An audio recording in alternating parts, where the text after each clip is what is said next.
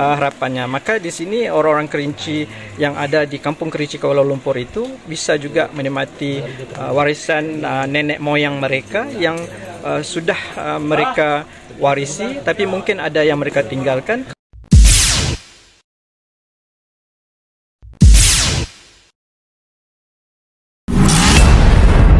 Oke, selamat sore Pak Prof. Bapak Prof bisa perkenalkan diri dari mana? Oke, assalamualaikum. Saya Hanafi Hussein. Ya, saya dari Fakultas Sastra dan Sains Sosial, Departemen Southeast Asian Studies, University Malaya, yang mana sekarang ini saya sedang meneliti ataupun studi banding tentang komunitas Kerinci yang ada di Kampung Kerinci Kuala Lumpur, khususnya yang datangnya dari Tanjung Tanah Kerinci, yang mana sekarang ini saya berada di desa Tanjung Tanah Kerinci, yang saya memerhatikan rumah tradisi, rumah lama orang-orang Kerinci, khususnya Tanjung Tanah. Jadi pengetahuan ini sangat penting sekali kerana rumah ini sebenarnya diwarisi oleh orang-orang Kerinci. Jadi orang-orang Kerinci, khususnya yang dari Tanjung Tanah yang berada di Kampung Kerinci Kuala Lumpur, bisalah mengetahui tentang bagaimana ya keadaan rumah leluhur mereka. Dan dalam konteks ini juga orang-orang Kerinci itu juga dapatlah mengetahui sedikit ya tentang warisan budaya leluhur mereka yang berada di tanah Kerinci, khususnya yang kita berada sekarang ini di desa Kerinci ataupun di desa Tanjung Tanah Kerinci. Oke, saya mau nanya ini Prof, apakah Kampung Kerinci yang ada di Malaysia, apakah masih ada sampai sekarang ini? Oke.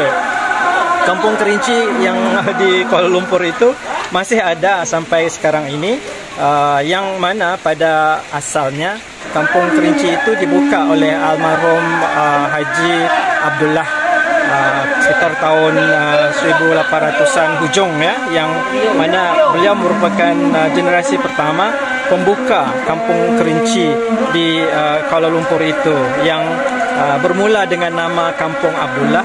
Kemudian beberapa lagi keluarga datang bersama ke Kampung Kerinci tersebut, dan akhirnya nama kampung tersebut dijadikan sebagai Kampung Kerinci. Jadi Kampung Kerinci Kuala Lumpur. Dan beberapa ketika sekitar tahun 2000-an, nama Kampung Kerinci itu ditukar menjadi Bangsar South kerana dia sudah menjadi pusat komersial yang mana harga tanah menjadi tinggi dan sebagainya.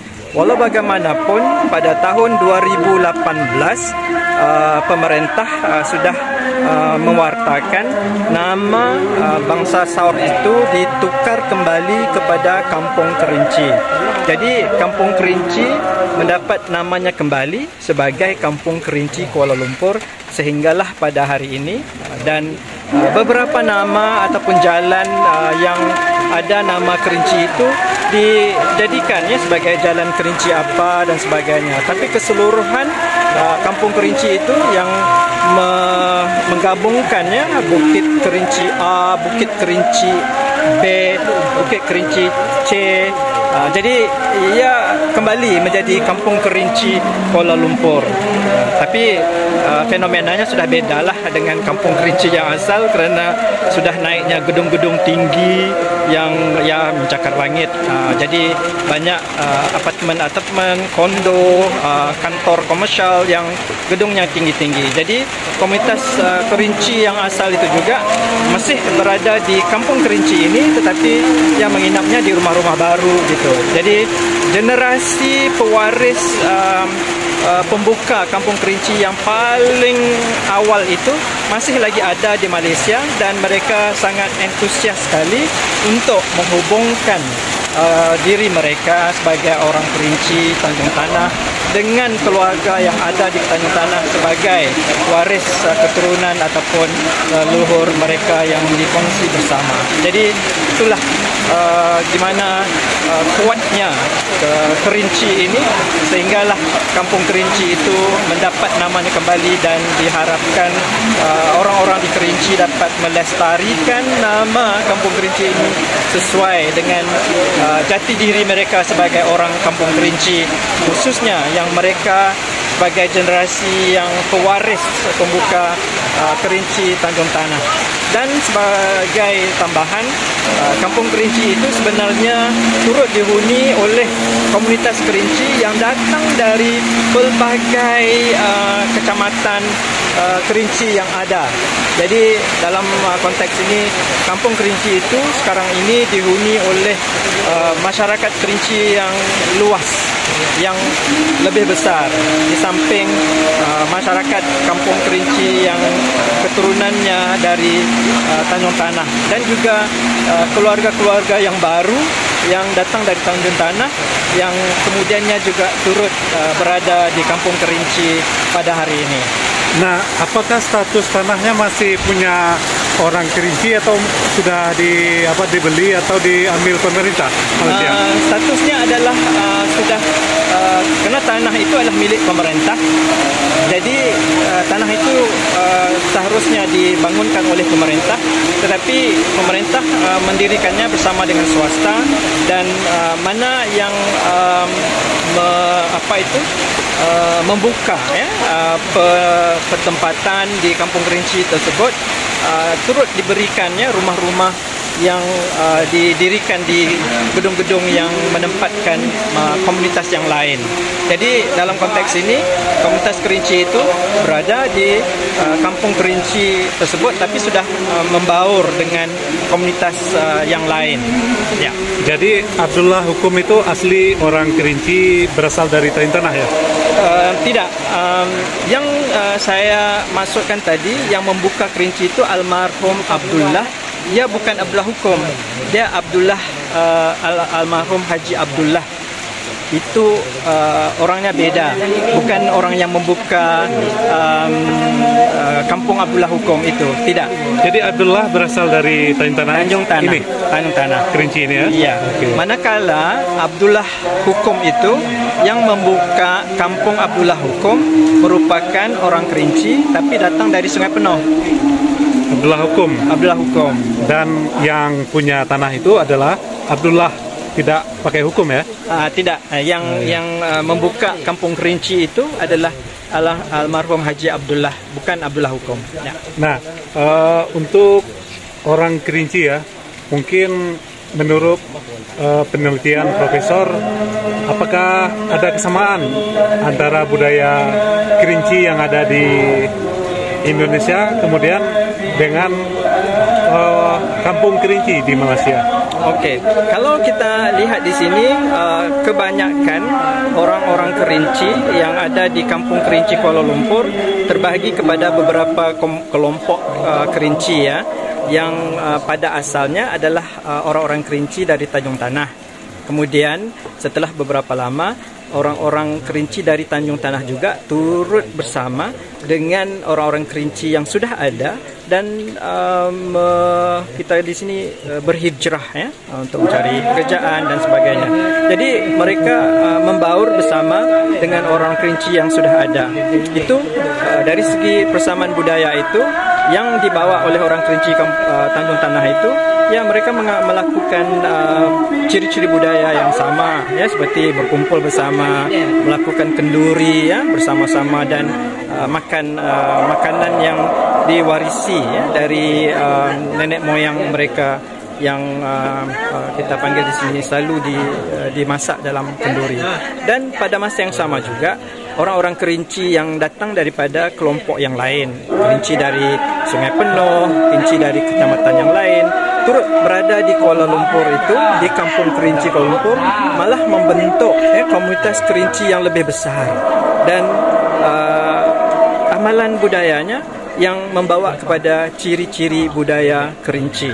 Jadi dalam konteks ini, ada yang melakukan amalan budayanya yang berteraskan kepada leluhur mereka yang datangnya dari Tanjung Tanah, dan ada yang melakukannya amalan budaya Kerinci yang leluhurnya datang dari kecamatan yang lain. Jadi dalam konteks ini ada variationnya yang Kerinci itu mengamalkan budaya Kerinci yang agak luas dalam konteks ini, ya, karena di antara kecamatan yang ada di sini yang apabila mereka berhijrah ke Malaysia, sesungguhnya mereka membawa budaya Kerinci yang diamalkan oleh leluhur masing-masing. Jadi sebagai tonggaknya Kerinci itu wujud sebagai Kerinci, tapi dalam perlakuannya ada variasinya yang menunjukkan variasi Kerinci masing-masing. Oke, yang terakhir Prof, apa harapan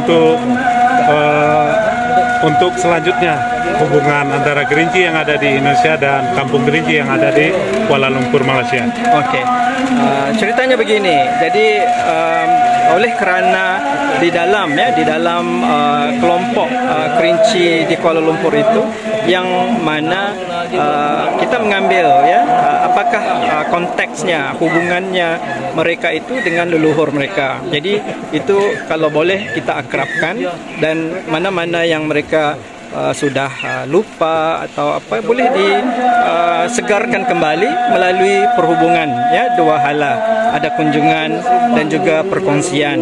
Itu kalau contohnya orang Kerinci Tanjung Tanah yang di Kuala Lumpur dengan orang Kerinci di Tanjung Tanah di Kerinci, maka ciri-ciri orang-orang Kerinci di Kampung Kerinci yang keturunannya adalah Tanjung Tanah, ya jelas, ya, hubungannya dengan budaya Kerinci Tanjung Tanah. Jadi kalau orang Kerinci dari kecamatan yang lain, mereka juga mempunyai hubungan budaya dengan leluhur mereka. Jadi mereka juga turut sama melakukan hubungan dengan Kerinci tanah asal mereka yang ada di daerah Kerinci ini.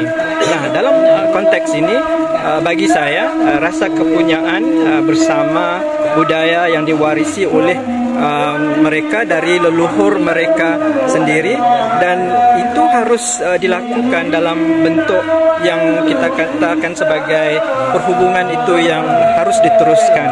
Maka perlakuan budaya yang dikongsi bersama itu bisa dilestarikan, dikongsi bersama. Itulah harapannya. Maka di sini orang-orang Kerinci yang ada di Kampung Kerinci Kuala Lumpur itu bisa juga menikmati warisan nenek moyang mereka yang sudah mereka warisi, tapi mungkin ada yang mereka tinggalkan kerana adanya putus hubungan tersebutnya. Tapi dalam konteks ini melalui perhubungan yang berterusan itu, ini akan membawa kepada perkara yang kita panggil di sini positif lah, kan, untuk mereka hidupkan bersama budaya leluhur ataupun budaya nenek moyang mereka yang berada di Kampung Kerinci Kuala Lumpur dan yang berada di Tanah Kerinci yang datangnya daripada daerah Kerinci ataupun kecamatan Kerinci yang pelbagai ini.